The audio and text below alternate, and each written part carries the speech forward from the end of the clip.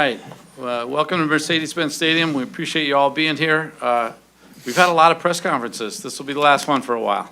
But we're excited to be here today. I want to thank you for being here. Thank the fans for joining us on the stream. Another exciting day in Atlanta Falcons history. I want to recognize our owner, Arthur Blank, head coach, Kevin Stefanski, and our CEO, Greg Beatles, as well as Josh Blank. All served on the search committee for this hire. We're going to start with opening statements, first from Matt Ryan, and then we'll go to Ian Cunningham, and then we'll open it up to questions. Matt? All right, thank you, Brett. I want to start by saying thank you to the search committee. It's been a busy couple of weeks, for sure. But I said it in the last press conference for Kevin as well. Their tireless effort and attention to detail was inspiring for me to be a part of and to see from them. And I think the fruits of that labor are here in Kevin and both Ian. So a big thank you to them. A big thank you to Arthur for his guidance during the process. My first time going through both searches, and his wisdom and guidance was extremely helpful. So thank you very much. Now to Ian. We are excited to have Ian as a part of the Atlanta Falcons. His time frame in the league starts at the same time as mine, 2008, where he started with the Baltimore Ravens and spent the seasons from 2008 to 2016 in Baltimore. Went from the very beginning, the entering spots, and worked his way up as an area scout in both the Southeast and the Southwest during his time in Baltimore. From there, he moved on to Philadelphia from 2017 to 2021 and served in various capacities for the Eagles during that time. And then in 2022, became a Chicago Bear and was the assistant general manager in Chicago the last 4 seasons. We are really excited about all of those experiences. He learned from incredible general managers during those stops, whether that be Ozzie Newsome and Eric DeCosta in Baltimore, Howie Roseman in Philadelphia, and Ryan Poles in Chicago. I think that was one of the biggest selling points for us on Ian, was his experience in all areas of scouting. He has touched it all. And I think from the general manager position, an understanding of what those positions go through and what the expectations for them was very important to us through that process. So we are really excited about the experience that he brings to the Atlanta Falcons. Big congratulations to his family, his wife Justine, daughters Elliot Rooney and son Niall, and he's got some extended family here as well. We hope you can all celebrate this experience with him and have had a good time the last couple of days here in Atlanta. We're excited to have you a part of the Falcons family. So with that, I will pass it off to Ian and say thank you very much for coming here. We're excited to have you a part of the Atlanta Falcons. Appreciate you, Matt. Thank you. Thank you guys for being here. I'm just taking this in for a second. This is pretty special to come back home. To a franchise who grew up watching right up. Before I get going, I'd like to thank Arthur and the Blank family for entrusting me this leadership role to work alongside Greg and Matt and Kevin to help push us forward and push this organization forward. So thank you for that. I'd like to thank the search committee along with Matt and Greg, Russ and Webster, along with some others. It was a thorough process, a detailed process. I remember mentioning it in one of my interviews, how appreciative I was to be a part of that process. And I knew, along with other things, I wanted to be a part of this organization because of their process and their attention to detail, their intentionality behind things. So thank you for that. You know, Matt just touched it. We're in the award season, so I have a lot of thank yous, but I won't get into too many. But just want to start with Steve Bisciotti, Ozzie Newsome, Eric DeCosta, the Baltimore Ravens organization. They took a chance on a 22, 23-year-old knucklehead, gave me a job, taught me the way, taught me what scouting was from the ground up. Forever grateful and indebted to them for believing in me. And I want to say thank you to Jeffrey Lurie, Howie Roseman, the Eagles organization for everything that they've done for me, allowing me to be a director of scouting or director of college scouting and working my way up in leadership roles, but also teaching me the nuances of the game from a different lens and roster construction and team building. And I'd like to say thank you to George McCaskey, Kevin Warren, Ted Phillips, Ryan Poles, and the Bears organization. It's been a long 4 years. They've wrapped their arms around me, gave me an opportunity when they never gave an opportunity to assistant GM, and that storied franchise's history. Forever appreciative of that and thankful for them, and especially Ryan.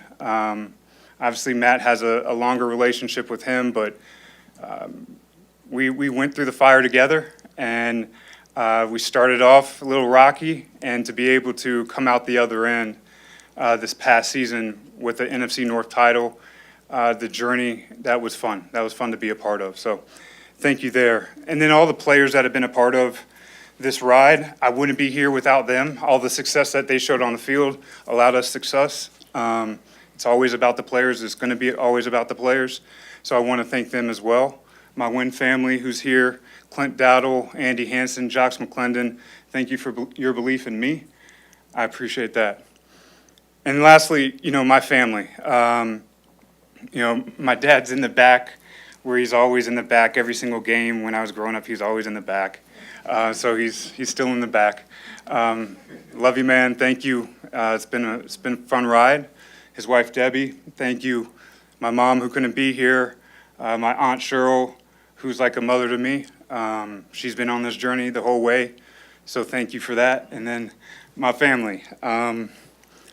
Elliot, Rooney, and Niall, you guys are my why. You're my purpose. Thank you. The sacrifices that you guys make every day, thank you. There's this thing that, people say, the best thing in life you can give your family, your kids, is time. Unfortunately, in this business, we don't have a lot of time to give. You guys know that as well. But I try to be intentional with that time. I try to maximize that time. But, the best thing in life that I could ever give you guys is your mom. So, Justine, love you. Thank you. Thank you for everything. Thank you for your support. Dang, I got choked up, man. Well done. Well done. All right, we'll open up for questions. All Thank right. y'all. We'll go to questions. We have mics on both sides with Matt and Jarvis. Please state your name and affiliation and who your question is for. And we'll start right over here in front with Matt. This question is for Ian. Jarvis Davis of Locked On Sports Atlanta. Ian, you talked about how Howie Roseman and Ozzie Newsome and Ryan Poles had an effect on you. How do you feel your experiences with them prepared you for this moment? Yeah, Jarvis, good question. You try to take things from all the people you come across, good and bad. You try to learn from all those experiences. And fortunately enough for me, I've been around some of the greats to ever do it, right? And if I can be half as good as them, that's what I'm striving for. I'm trying to be as good as them. But you learn a little bit of everything from all your people that you come across, and having Oz and Howie and Eric and Ryan amongst others, learned a lot from them. I'll go to Tori and then to Mark Ramondi. Hi, Ian. Tori McElhaney, AtlantaFalcons.com. I found a old newspaper clipping from 2007. I believe it was December 2007.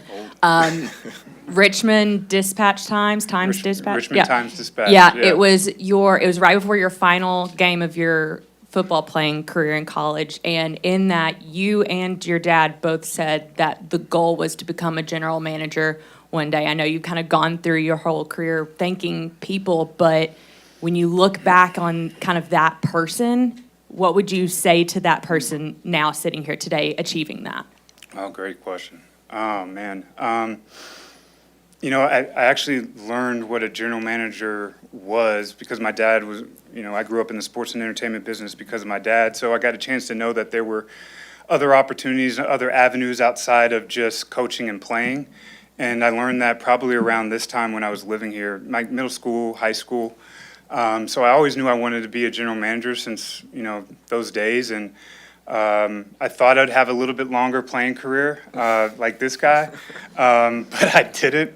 I wasn't very good. So, but I knew I wanted to get into roster building and team construction, and I'd probably tell that guy we did it. You know, you stay true to your values. You did it the right way. I'm sure you wanted it to happen a lot longer or a lot quicker, but it happened in the right time, and I've learned a lot along the way, and I'm appreciative of that. Mark Raimondi, and then hometown Brandon Leak. Hey, and Mark Armandi with ESPN. How are you? Congrats. Thanks, man. Appreciate it. Matt and Kevin were up here talking last week about, you know, the vision for this team, and two of the big words they used were smart and physical. How can that vision kind of take shape from a personnel standpoint, would you say? Oh, that's what we're going to be. We're going to be smart, tough, physical, mentally and physically tough, right? And that's a part of the process that we're going to instill and input with our scouting staff, both college and pro scouting. We're going to look at those things along the way during our college trips and through the evaluation process. You know, talking to different people at different schools and watching tape. I think you can kind of see some of those things when you evaluate the tape. But that's what we're going to be. That's what we're going to be built on. Home team. Here you go, Coach. Congratulations and good luck. Thank you. Home team, Brandon Leak from Sports Radio 680 The Fan. You have been in championship organizations with the Baltimore Ravens and the Eagles. Is there a common DNA, a championship DNA that's common between winning and making the entire journey through a Super Bowl win? And what are the things you've learned during your time in both of those organizations that you personally could use as amplification of those things you've already learned? Yeah, great question, Brandon. Kind of what we just talked about there. Smart, tough, physical.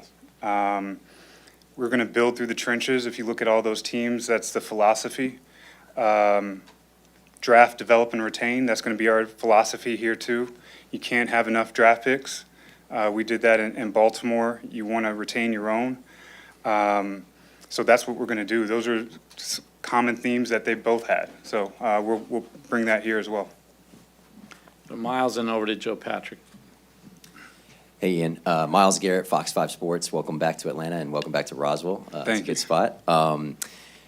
You obviously mentioned the people you've worked with, Ozzie Newsome, Ryan Poles, and Howie Roseman. Was there one specific element that you took from all those guys that you want to implement in your own journey now as general manager of the Falcons? The discipline. They have discipline in different ways. But at the end of the day, it's discipline to the process, the plan. You've got to always, be prepared to pivot. But the process and the plan are critical. And I've learned that from all three of those guys. We go Joe, and then Mark Zeno, and then Allison. I have one for each, if that's okay. Ian, I just wanted to just know, I know you mentioned that you're from here, kind of have some memories of watching the Falcons. I was just curious about that. And then for Matt, I also wanted to ask, when you're going through all of these interviews with potential GMs, they're all, very well respected and credentialed. So what are exactly you trying to tease out out of all these interviews, and what separated Ian? Want me to go first? Sure. Yeah. Growing up here, I literally got my first pair of dress shoes at Friedman Shoes right downtown, right around the corner, right? My family has bricks in Centennial Park, I remember, back in the mid-'90s, Chris Chandler, Jamal Anderson. I was offensive lineman, so Bob Whitfield, right? I had this husky kid in my kitchen trying to do the Dirty Bird. Still can't do it. My daughter's a dancer. I'm sure she'll teach me one day. But those are the memories I had, growing up here. And the city was electric. It was on fire during the mid-'90s with the Olympics and the Braves. So those are core memories that I hope that I can be a small part of bringing back to the city. Yeah, I think from my perspective and our perspective as a search committee, we were looking for somebody in this position that was well-versed in terms of their experience and has touched all of the different parts of scouting. That was something that was important for us because there's a lot that falls under Ian's control. And so you want somebody who is comfortable, who understands each individual's role in his department. So that was something that was really big. Aligned vision on how to build a football team, of what wins games and the type of players that you want to bring into the building. That was something that was really important to us. And then I think the digging and diving was on the process of what does his process look like? How's that going to look when you come in and you're in control of that? I believe we were very thorough in both searches, but specifically on the general manager front, very thorough in terms of vetting the candidates, of having multiple different conversations with each candidate to try and, flush out what we felt like was the best process. And I think Ian was outstanding in that department, and we feel very strongly about his vision for us moving forward. Allison, and then we'll come over here. Hey, Allison with Channel 2 in Atlanta. I was listening to a podcast that you'd done a couple years ago, and I thought it was interesting. You said you were inspired by the future, but also afraid of falling behind. So how will you use that mentality to become a great GM for the Atlanta Falcons, and how do you view this roster? Do you think this is like a win-now roster, or still needs a few pieces to get there? Yeah, I think one of the tougher things just being in this position and building is you've got to be in the now and you've got to be in the future. So I never want to mortgage the future for the now. You've got to be intentional and thoughtful in that approach.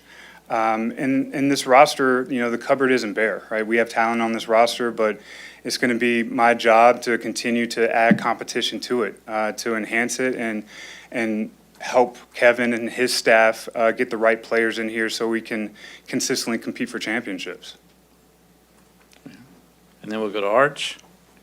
Hi, Vincent Simone, CBS News Atlanta. My question's for Ian, but Matt, first, we miss you at CBS, so just hope you're enjoying your new gig.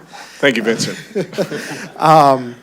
So Ian, obviously a unique situation coming in as a GM here, but having someone else to report to. Throughout the process, what made you comfortable with that arrangement, and how do you see this partnership working out in the future? It's the aligned vision. I feel like Matt and I and Kevin were cut from the same cloth. We were joking about this. His college coach, Tom O'Brien, my college coach, Al Groh, come from that Belichick, Parcells, Coughlin tree.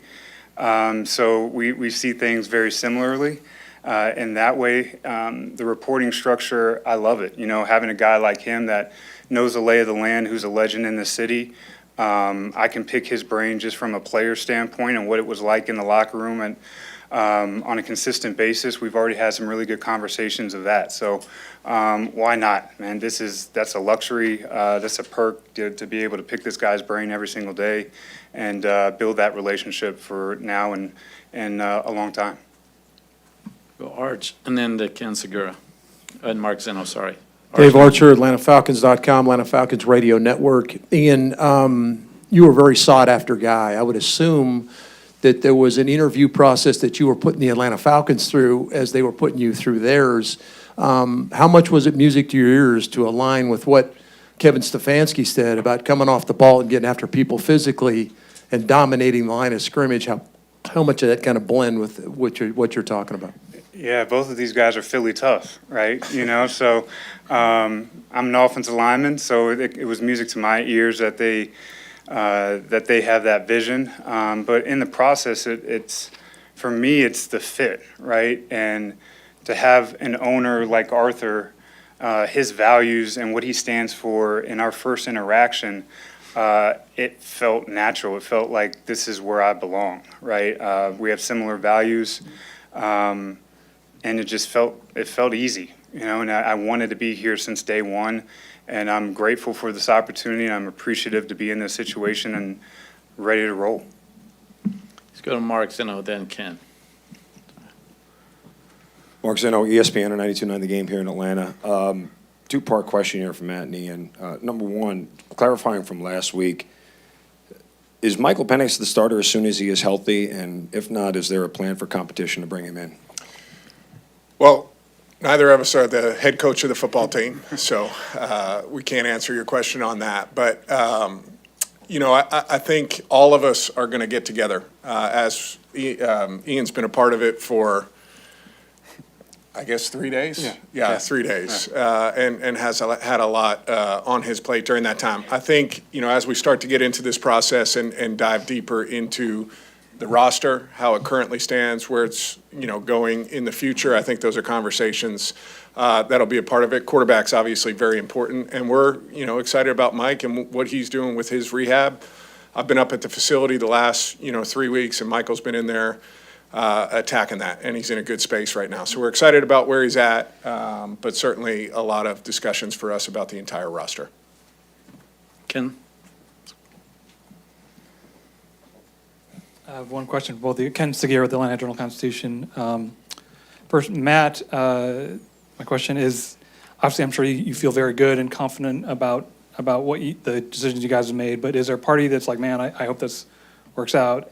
And then... Yes, Ken. Okay. I can expand on that. But then Ian, too, this is Matt's first time in this job as the guy interviewing candidates, and you've been in that case on the other side. But I'm curious, kind of, what is that? How would you evaluate his job? How would you compare and contrast the kind of the questions he's asking, the way he conducted interviews with other people in that position in your time as a candidate? I'll start. Of course, you hope decisions that you make work out. But that's what your process and that's what all of your work during that time is for, is to try and make the best decisions, with the information that you have available to you. And we've got a great group of really smart people that see it differently and kind of, have different opinions on things. And I think that part of our process was extremely healthy. But I have a ton of confidence in both Kevin and Ian, given, their experiences in the past, given the type of people that they are, given the amount of reference work that we've done with people who have worked with them, at different stops along the way. So, yeah, you're hopeful. I mean, everybody's hopeful, but I'm also very confident in the people that we brought into this building. Yeah, I was extremely impressed with Matt just for being in the seat for only a couple days. The questions that he was asking, I think it comes back to, him being a quarterback for so many years, the face of the franchise, and seeing a lot of different things along the way. And in his journey, he was asking questions that most people don't ask right off the bat. And I remember being on the plane, watching Kevin, his introductory press conference, and just how Matt was with his presentation, and it was like he's been in the seat for a long time. So I'm enjoying it. I'm loving it. Just can't wait to continue to work with them and push forward. Let's go back to home team and then to Joe Patrick. For both Ian and Matt, for Ian, as you guys approach the calendar for the NFL draft and draft boards, what is it that you need from Matt? It says he has a newly created position. And for Matt, what are you most interested in learning from Ian since he's been in charge of scouting and he's been an assistant GM? Is it something in the draft? And what are you most interested in learning from somebody who has a great deal of acumen throughout different organizations in his career? Yeah, we're going to start that process here next Monday with draft meetings, and Matt's going to be in there when he can. And I'm going to like picking his brain just from what he sees. You want diversity of thought, you want different perspectives, but at the end of the day, it's going to be the scouts, right? It's going to be analytics, it's going to be our crew, but we're definitely going to take, and then the coaches come in. So I'm definitely going to pick his brain. Why wouldn't I? He's a great resource to have. I think from my perspective, it's a lot of listening. And I always felt that way, as a player, as a young player coming in. I had great coaches that got me up to speed quickly. But it was a lot of listening. And that never really changed, throughout my playing career. It was, how much can I learn from the people around me, and where can I provide value with the comments that I have. But I'm looking forward to getting started. I've never sat in a draft meeting, so I look forward to learning a lot on Monday. Joe Patrick. Ian, by the way, I'm Joe Patrick, 1999 The Game. I don't know if I did that the first time. When you look at this team, this team beat the Bills last year. They beat the Rams, but then they also had some embarrassing results. So how do you kind of see this team? How do you size up this Falcons team that is clearly, I think, talented enough to beat some of those teams? But how do you build a team that can play with the level of consistency that I'm sure you idealize? Yeah, Joe, I think you got to leave the past in the past first, right? And I think now we're going to be a completely different team moving forward. We've got some RFAs and UFAs that we're going to have to make some decisions on. But like Matt said, got here 3 days. Yesterday was my first day in the office. I'm still trying to find where everything is. Probably could have had a better tour guide. Oh, man. And so we'll I'll be get honest, there. that building has changed a lot. Arthur's done a great job. Greg, the team, they've done a great job of outfitting that building. It's a little different than when I was there. That's right. But we'll get there. Back over to Jarvis. Hey, Ian, real quick, I just want to ask you about like your philosophy. People talk about the eyeball test and then analytics. Like, I want to know, do you have do you prefer one over the other, or is it kind of balanced, or how do you kind of work through that as far as like eyeball test versus analytics? Yeah, good question. The foundation is going to be evaluation and scouting, and we're going to scout with our eyes, and then you have analytics come in to help inform our decision-making, right? To help us maybe answer some questions that we thought we saw, maybe ask some questions that need to be asked, and allow us to do a deeper dive, but you blend the two. And it's not just in analytics and scouting, it's in overall decision-making across the board in football operations. Mark, and then Miles, and then back to Ken. Mark Zeno. Sorry.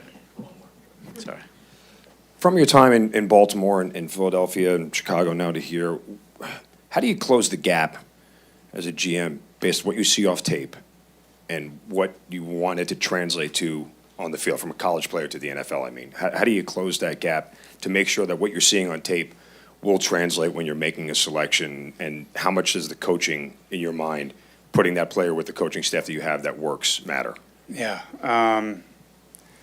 I wish it was an exact science because I think we'd all get it right, but it's not. You try to ask as many questions as you can throughout the process. You try to blend all the resources that we have from our coaches, staff, and how do they see this player fitting in their scheme? Has he fit within our community and our building? Do we have the resources necessary to help this player continue to grow and develop? It's a projection, right? And that's why we try to use as many resources as we can to help make an informed decision. But as an evaluator, as a scout, personnel person now as a GM, you'd wish that you bat 1,000 every single time. Unfortunately, we're not, but we're going to try to. Miles, Ken, and Allison. Matt, my question, I'm kind of curious, now that all these positions are filled out with Ian and Kevin now in the building, this being a new position for yourself and kind of for the team, what does your job now look like going forward? With all these hires now in place, you guys can kind of coordinate going forward. What does that look like for you? Well, apparently Monday, it looks like going to the draft meetings and learning what that looks like. No, I think, Miles, it is, the ability to support these guys in the best way possible.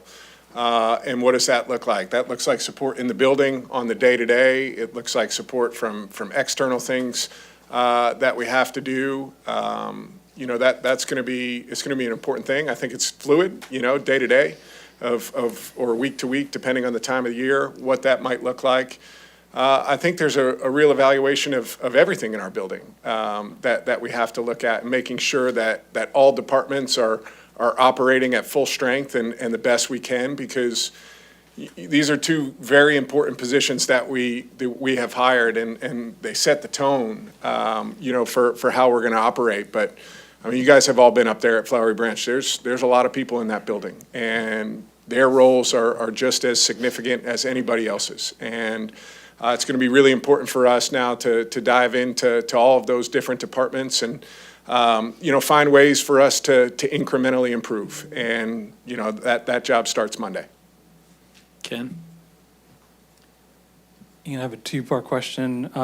One, I've been to a few of these, and I've heard a lot of people talk about we want tough, physical, smart players. I've yet to be at one where they said we want dumb, soft, finesse players.